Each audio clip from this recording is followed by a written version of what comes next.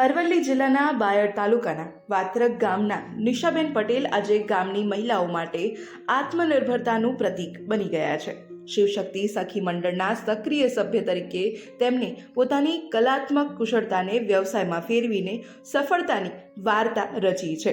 આજે આપણે આ મહિલા વિશે જાણીશું. હું નિશા પટેલ, મારું ગામ વાત્રક, બાયડ, અરવલ્લી.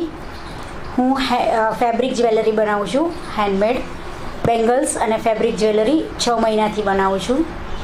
મારું નામ નિશા પટેલ છે. હું વાત્રક ગામની રહેવાસી છું અને શિવશક્તિ સખી મંડળ એ મારા સખી મંડળનું નામ છે. હું 6 મહિનાથી ફેબ્રિક જ્વેલરી અને હેન્ડમેડ બંગડીનું કામ કરું છું. આ સખી મંડળની સહાય અમને ગુજરાત સરકાર દ્વારા મળે છે, તો અમે એમનો સરકારનો આભાર માનીએ છીએ.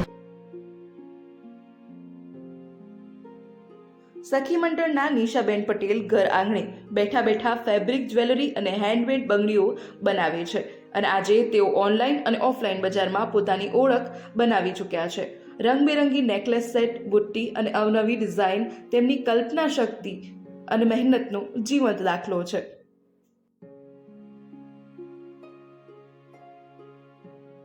માતાથી શીખેલી આ કળા સખી મંડળના સહારે વ્યવસાયિક સ્વરૂપ ધારણ કરી શકે છે. માત્ર 6 મહિના પહેલા શરૂ કરેલું કામ આજે તેમને ઘરે બેઠા સન્માનજનક આવક અપાવી રહ્યું છે. શિવશક્તિ સખી મંડળમાં અમે 12 બહેનો જોડાયેલી છે અને અમે આ કામ કરીને અમારો રોજગાર મેળવીએ છીએ. આ સહાય અમને ગુજરાત સરકાર તરફથી મળે છે, તો એ બદલ અમે ગુજરાત સરકારનો આભાર માનીએ છીએ.